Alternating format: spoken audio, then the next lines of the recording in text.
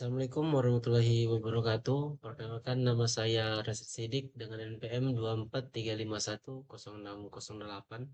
Pada video kali ini saya akan membacakan buku pemrograman web chapter kelima dengan judul JavaScript Under the Hood.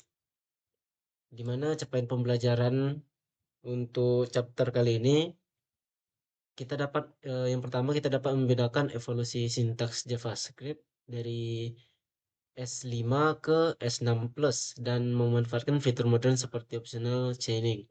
Yang kedua, memvisualisasikan manajemen memori di stack dan heap untuk menghindari kebocoran memori. Yang ketiga, menjelaskan mekanisme execution konteks dan scope chain yang mendasari perilaku variabel global dan lokal. Yang kelima, menguasai konsep event loop untuk memahami bagaimana JavaScript menangani tugas asinkronus tanpa pemblokiran terbuka. Yang kelima, menerapkan teknik manipulasi DOM yang efisien dengan memanfaatkan event delegation untuk performa tinggi. Di sini kita akan masuk pada subbab pertama, yaitu ECMAScript standar, evolusi bahasa web. JavaScript yang kita kenal hari ini jauh berbeda dari bahasa script sederhana yang diciptakan Brandon H. dalam 10 hari pada tahun 1995. Nama resmi standar bahasa ini adalah ECMAScript atau S yang dikelola atau IS lah, yang dikelola oleh Badan Standarisasi Internasional bernama ECMA International, khususnya Komite Teknis TC39, di mana TC39 ada sekelompok insinyur dari perusahaan raksasa seperti Google, Apple, Microsoft, dan Mozilla yang bertemu secara rutin untuk mendebatkan fitur baru apa yang layak masuk ke dalam bahasa ini. Proses penambahan fitur ini sangat ketat dan melalui tahapan Stack 0 hingga Stack 4 untuk memastikan bahwa setiap perubahan tidak akan merusak web yang sudah ada.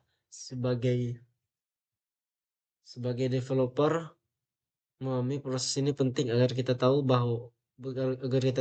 mana yang sudah stabil dan mana yang masih eksperimental. Tonggak sejarah terbesar dalam evolusi JavaScript modern adalah rilisnya ECMAScript 6 2015.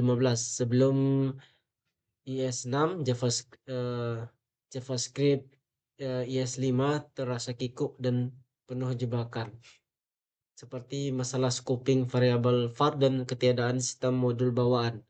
S6 membawa revolusi sintaks besar-besaran dengan memperkenalkan let dan const untuk deklarasi variabel yang lebih aman, arrow function untuk penulisan fungsi yang lebih ringkas, dan classes untuk pemrograman berorientasi objek yang lebih familiar. Perubahan ini begitu fundamental sehingga membagi era JavaScript menjadi pre-S6 dan modern JavaScript.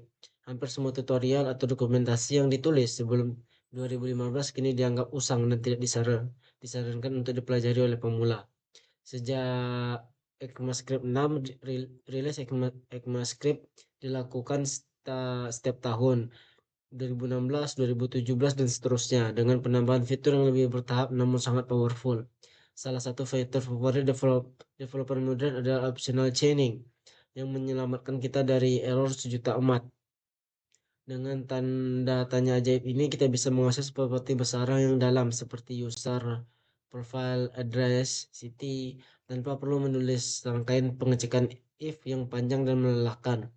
Jika salah satu rantai data tersebut null atau undefined, ekspresi akan berhenti dan mengembalikan undefined dengan anggun, bukan meledakkan aplikasi dengan layar error merah.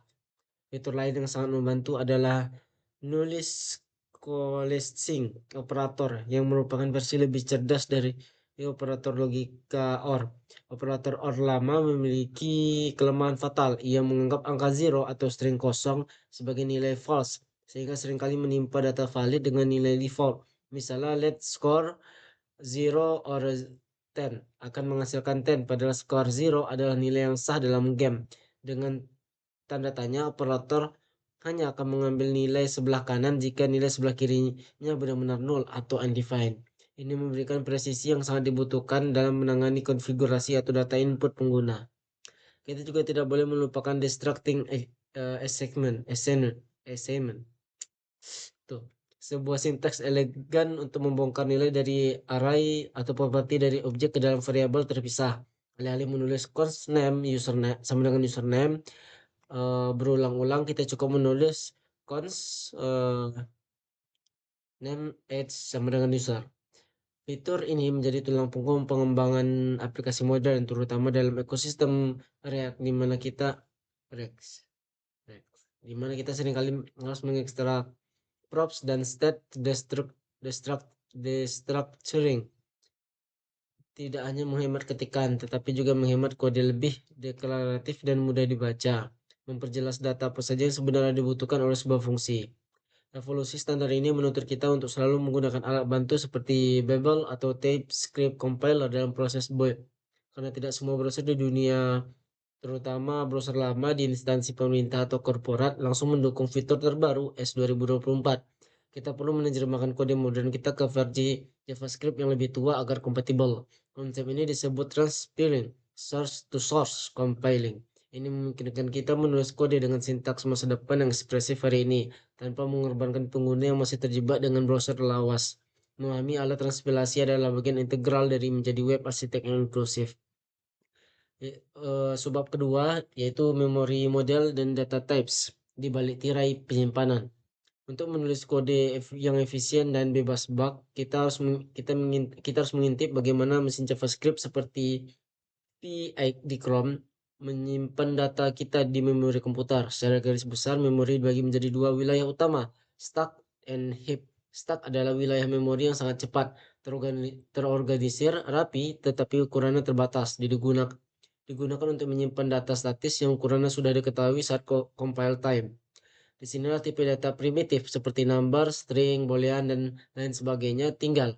Karena sifatnya yang sederhana, variabel di stack menyimpan nilainya secara langsung.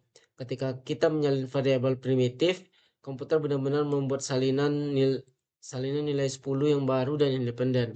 Di sisi lain, heap adalah wilayah memori yang besar, tidak terstruktur, dan lebih lambat, digunakan untuk menyimpan data dinamis yang ukurannya bisa berubah-ubah, seperti objects dan arrays, yang sebenarnya juga objek. Karena ukurannya yang tidak pasti, JavaScript tidak menyimpan objek tersebut langsung di dalam variabel. Sebaliknya, objek disimpan di heap, dan variabel di stack hanya menyimpan alamat memori atau pointer yang merujuk ke lokasi objek tersebut di heap. Ini adalah konsep reference types. Perbedaan fundamental ini adalah sumber dari ribuan bug yang memusingkan kepala developer pemula yang tidak memahaminya.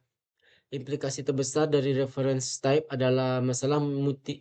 Mutability. Mutability.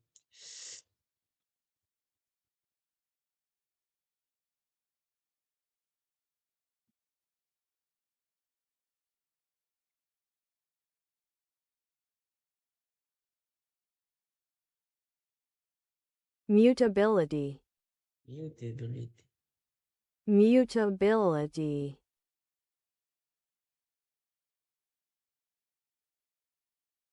Perbedaan fundamental ini adalah sumber dari ribuan bug yang memusingkan kepala developer pemula yang tidak memahaminya.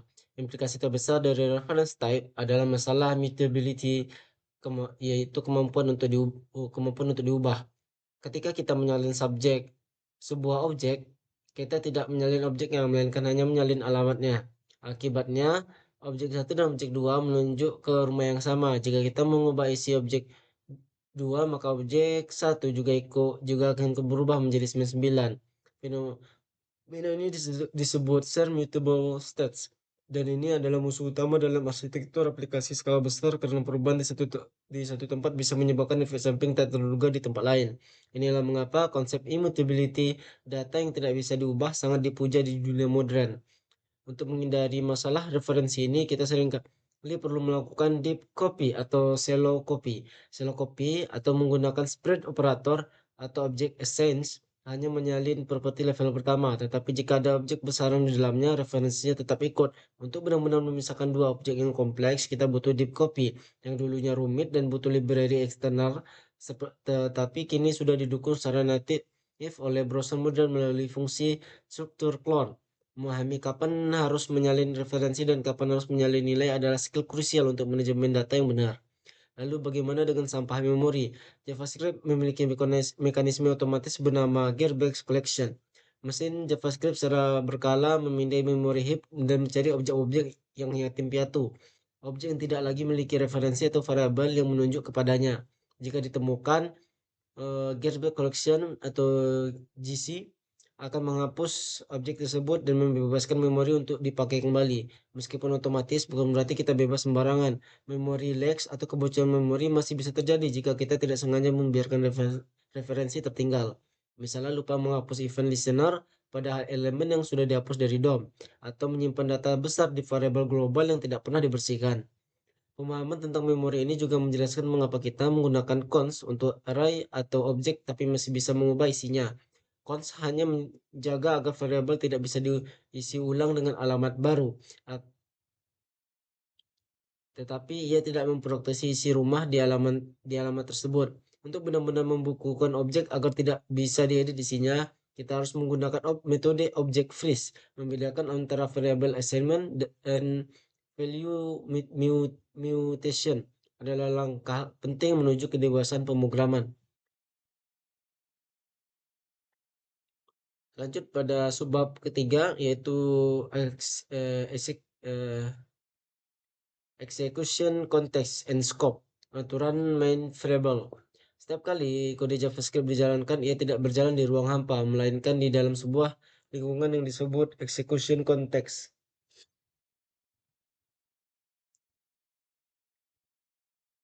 Konteks default adalah global execution context yang dibuat saat browser pertama kali memuat skripsi kita. Di dalamnya terdapat objek global window di browser, global di Node.js, dan variabel this setiap kali sebuah fungsi dipanggil invoke. Mesin JavaScript menciptakan function execution konteks baru khusus untuk fungsi tersebut. Konteks ini berisi variabel lokal, argumen fungsi, dan referensi konteks luarnya. Tumpukan konteks yang sedang aktif ini membentuk call stack, struktur data last in first out yang melacak posisi eksekusi program saat ini. Konsep yang tak kalah pentingnya adalah scope atau cakupan yang menentukan di mana sebuah variabel bisa diakses atau dilihat. Ada 3 jenis scope utama: global scope, function scope, dan yang terbaru di ECMAScript 6 yaitu block scope. Variabel yang dideklarasikan var menganut function scope, sedangkan let dan cost menganut block scope. Perbedaan ini krusial. Variabel var yang dibuat di dalam blok if atau for bocor keluar dan bisa diakses dari luar blok. Seringkali menyebabkan bug logika. Inilah alasan utama mengapa penggunaan var kini dilarang keras di standar industri modern. Atau istilahnya var is dead. Mekanisme pencarian variabel mengikuti aturan scope chain. Jika kita mencoba mengakses variabel di dalam sebuah fungsi, mesin JavaScript akan mencarinya di konteks lokal fungsi itu dulu. Jika tidak ketemu, ia akan naik ke konteks induknya, lalu naik lagi, terus hingga ke global scope. Jika masih tidak ketemu di global, barulah reference error dilempar. Sifat melihat keluar ini memungkinkan fungsi anak mengakses variabel milik fungsi induknya, tetapi tidak sebaliknya. Hubungan hierarki ini ditentukan pada saat kita menulis code, bahkan saat code dijalankan, sehingga kita bisa memprediksi perilaku variabel hanya dengan membaca struktur kodenya. Fenomena menarik yang muncul dari scope chain adalah closures. Closure terjadi ketika sebuah fungsi mengingat variabel dan lingkungan luarnya bahkan setelah fungsi luarnya selesai dieksekusi. Bayangkan sebuah fungsi buat counter yang mengembalikan fungsi lain. Variabel count di dalam buat counter seharusnya mati dan dihapus dari memori setelah fungsinya selesai.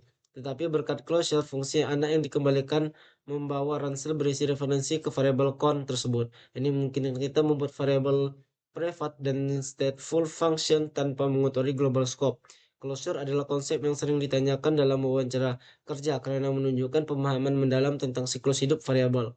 Satu lagi, perilaku aneh JavaScript terkait konteks adalah hosting. Sebelum code dieksekusi baris demi baris, mesin JavaScript melakukan fase creation pass, di mana ia memindai seluruh code dengan mengangkat deklarasi variabel dan fungsi ke bagian paling atas skopnya. Ini menjelaskan mengapa kita bisa memanggil fungsi di baris pertama padahal fungsinya baru ditulis di baris 10. Namun hosting variabel var hanya mengangkat deklarasinya, bukan nilainya. Sedangkan let dan cons berada dalam zona mati sementara temporal dead sementara yang akan melempar error jika diakses sebelum dideklarasikan. Memahami hosting menyelamatkan kita dari kebingungan saat melihat urutan eksekusi yang tampak tidak logis. Terakhir, kata kunci this adalah sumber kebingungan abadi karena nilainya berubah-ubah tergantung bagaimana fungsi dipanggil, bukan di mana ia ditulis. Dalam metode objek Bukan di mana ia ditulis. Dalam metode objek, this merujuk ke objek itu sendiri. Dalam fungsi biasa, this bisa merujuk ke global objek. Arrow function hadir sebagai penyelamat karena ia tidak memiliki konteks this sendiri. Ia meminjam this dari skop luarnya. Perilaku arrow function yang prediktif ini membuatnya menjadi pilihan utama untuk call- callback dan callback dan metode di dalam kelas komponen modern.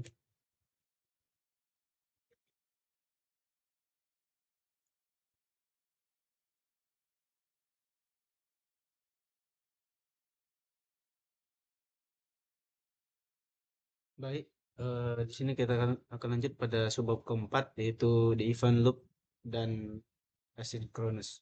Melakukan banyak hal sekaligus. JavaScript adalah bahasa single thread yang artinya ia hanya punya satu tangan dan hanya bisa mengerjakan satu hal pada satu waktu di satu call stack. Jika kita menjalankan kode yang berat seperti pemrosesan gambar atau loop jutaan kali, browser akan macet total atau freeze dan tidak bisa merespon klik atau scroll pengguna sampai tugas itu selesai. Sifat ini disebut blocking. Namun dalam praktiknya kita bisa melakukan request ke server, menunggu timer dan mendengarkan event klik secara bersamaan tanpa membuat browser macet. Siapa yang memungkinkan hal ini? Jawabannya adalah event loop. Mesin JavaScript sebenarnya tidak bekerja sendirian. Ia dibantu oleh web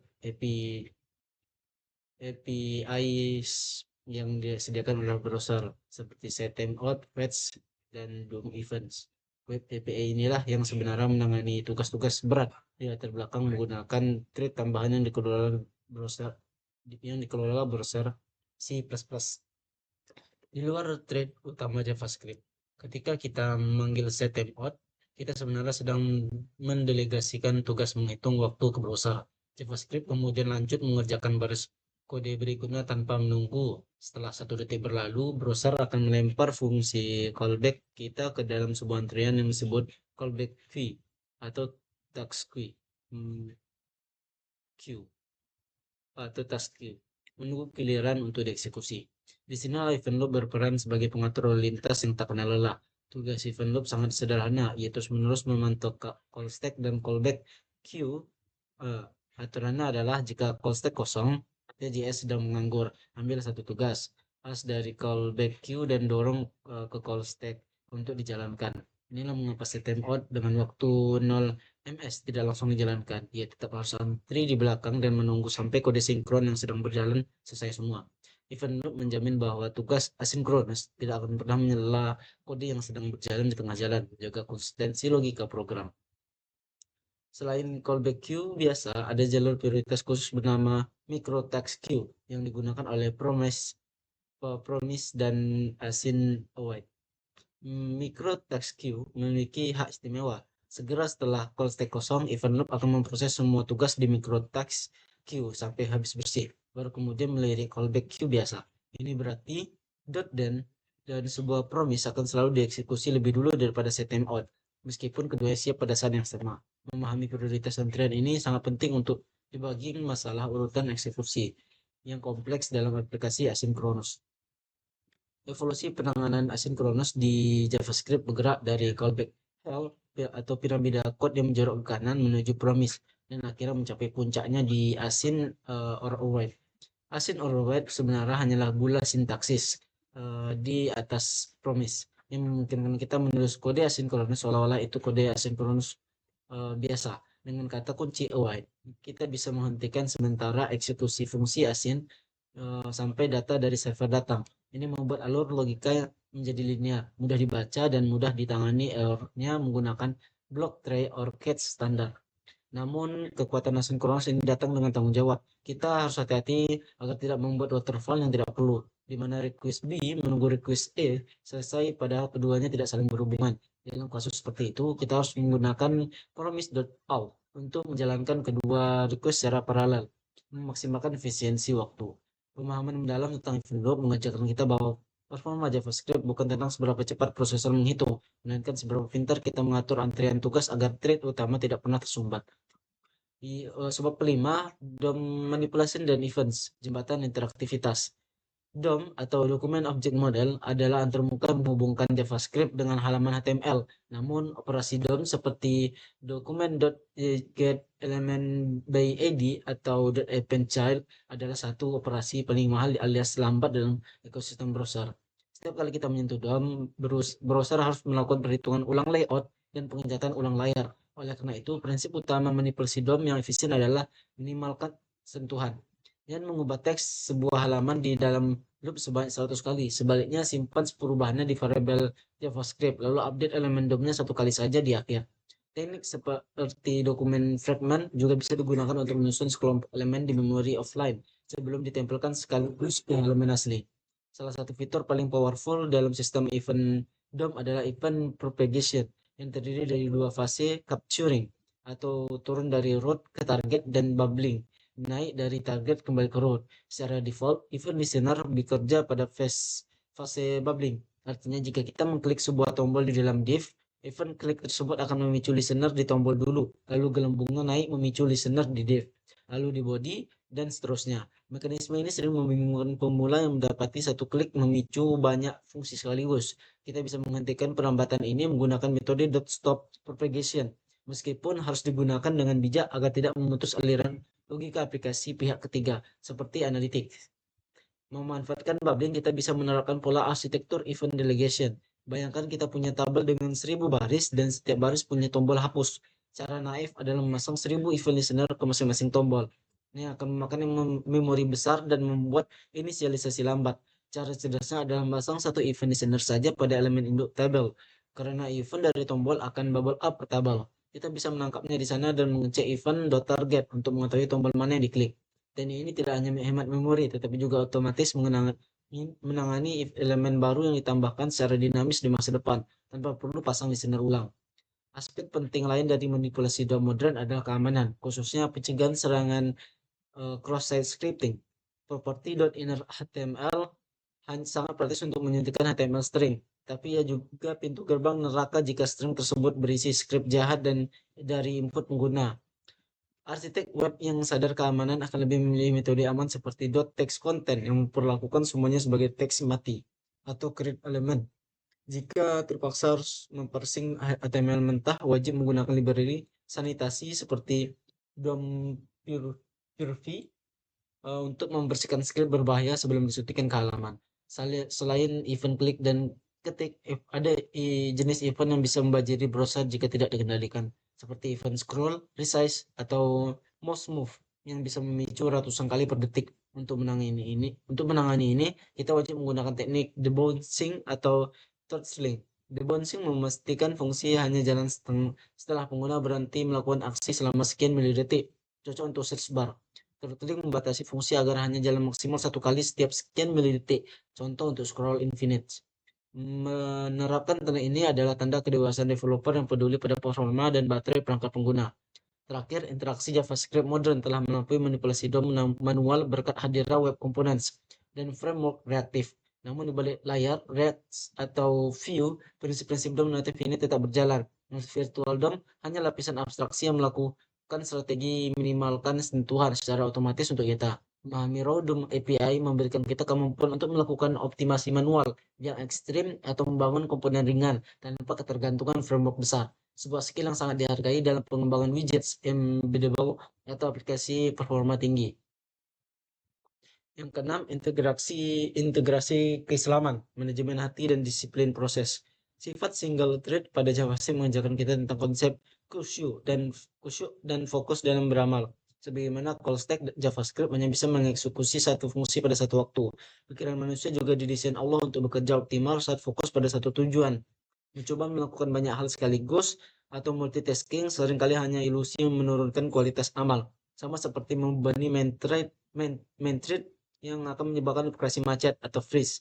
Dalam sholat, kita diperintahkan untuk menyingkirkan semua urusan duniawi dan hanya memproses konteks ibadah. Inilah bentuk single thread spiritual yang menjamin kualitas koneksi seorang hamba dengan Tuhannya. Konsep asinkronus dan event loop mengajarkan kita tentang hakikat sabar dan tawakul atau berserah diri. Dalam JavaScript, ada sebuah promise mewakili nilai yang belum tersedia sekarang, tetapi akan tersedia di masa depan. Seseorang hidup dengan promise dari Allah bahwa setiap usaha akan ada balasannya. Namun ia tidak boleh memblokir kehidupannya hanya untuk menunggu hasil tersebut. Ia terus melanjutkan tugas-tugas lain di call stack, ibadah atau bekerja atau belajar, sembari membiarkan Allah memproses hasil usahanya di latar belakang. Yakin bahwa ketika waktunya tepat, takdir itu akan masuk ke callback queue untuk kita terima dengan ridho. Mekanisme garbage collection atau pengelolaan memori adalah metafora teknologi yang sangat kuat untuk tazkiyatun nafs atau penyucian jiwa. JavaScript secara otomatis menghapus objek-objek yang tidak lagi memiliki referensi atau tidak lagi berguna agar memori tidak bocor dan aplikasi tidak lambat. Demikian pula hati manusia. Ia harus rutin dibersihkan dari sampah penyakit hati seperti dengki, dendam, dan kesombongan melalui istighfar. Jika sampah-sampah ini dibiarkan menumpuk tanpa dibersihkan, hati akan menjadi berat, lambat, dan dalam menerima hidayah, dan akhirnya crash secara spiritual. Menjaga kebersihan memori adalah syarat performa aplikasi, sebagaimana menjaga kebersihan hati adalah syarat keselamatan di akhirat. Perbedaan antara tipe primitif yang disalin nilainya atau immutable dan tipe referensi yang bisa diubah isinya atau mutable mengingatkan kita pada tawabit, hal yang tetap, dan mutaghayyirat, hal yang berubah dalam Islam.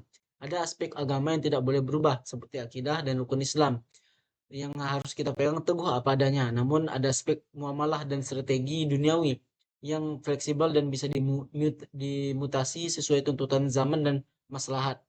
Memahami makna yang boleh berubah dan mana yang harus tetap adalah kunci kebijaksanaan. Kekeliruan dalam hal ini bisa menyebabkan bid'ah atau kejemudan yang artinya membukukan yang seharusnya cair.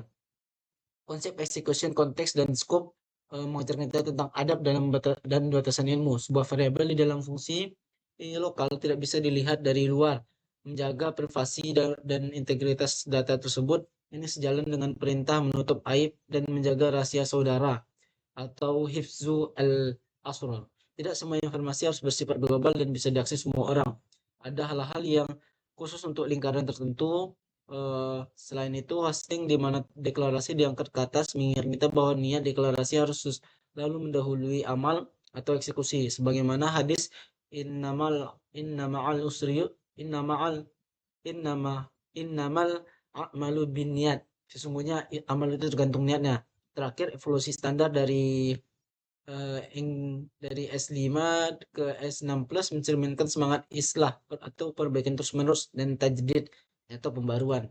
Bahasa pemrograman yang tidak berkembang akan mati dan ditinggalkan. Begitu pula umat yang tidak memperbaiki diri dan beradaptasi dengan kemajuan ilmu pengetahuan. Fitur-fitur baru seperti optional chaining mencegah error saat data kosong, mengajarkan kita untuk selalu berprasangka baik dan bersiap menghadapi ketidakpastian tanpa harus merusak seluruh tatanan hubungan. Seorang pembelajar sejati tidak anti terhadap hal baru, tetapi mengadopsinya untuk meningkatkan efisiensi dan kemaslahatan dalam berkarya. Lanjut ke subbab ke-7, yaitu kesimpulan, membedah mesin di balik layar. Bab ini telah mengajak kita menyelam ke dalam ruang mesin JavaScript, membuktikan bahwa sekadar menghafal sintaks tidak cukup untuk menjadi engineer yang andal. Berikut adalah prinsip-prinsip fundamental yang harus kita pahami. Yang pertama, standar adalah kunci evolusi. Kita belajar bahwa JavaScript terus bermutasi melalui standar ECMAScript. Fitur modern seperti optional chaining dan destructuring bukan sekadar gula-gula sintaksis, melainkan alat untuk menulis kode yang lebih ekspresif, aman, dan mudah dibaca. Yang kedua, memori bukan kota ajaib. Pemahaman tentang stack versus heap dan perbedaan antara tipe primitif versus referensi adalah salah satunya cara menghindari bug mutasi dan data yang menghantui. Kita sadar bahwa menyalin objek tidak sama dengan menyalin nilai, dan manajemen memori yang buruk mengundang memori leaks.